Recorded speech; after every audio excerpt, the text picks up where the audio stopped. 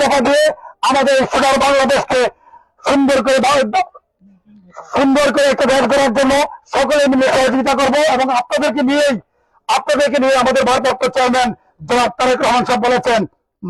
নারীদেরকে ক্ষমতায়ন করতে হবে, দেশকে এগিয়ে নিতে হলে, দেশকে উন্নতির দিকে নিতে হলে, যেমন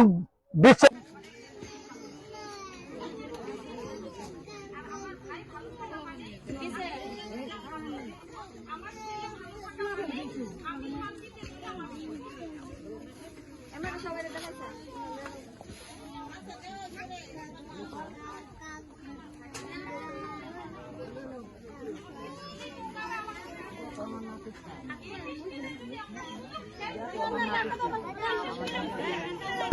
একজন বোন তাদেরকে এই জমি প্রদান করে দেওয়া হবে, এটা এই 31 দফার মধ্যে আছে। আরেকটা রক্ষা করতে চেষ্টা করছেন বা করছেন ইনশাল্লাহ করবো আমরা আশা করি। আমরা এই জন্য আমাদের সাহেবের কাছে জোর দাবি যাতে ওনাকে দানের শীষ দেয়, দানের শীষ দিলে আমরা এই সিট খেলাতে উপহার দিব,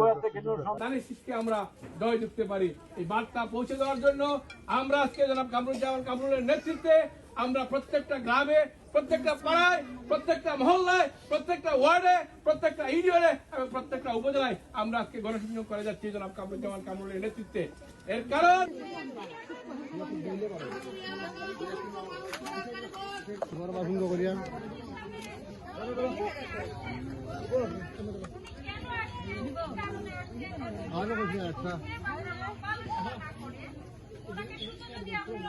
না আপনি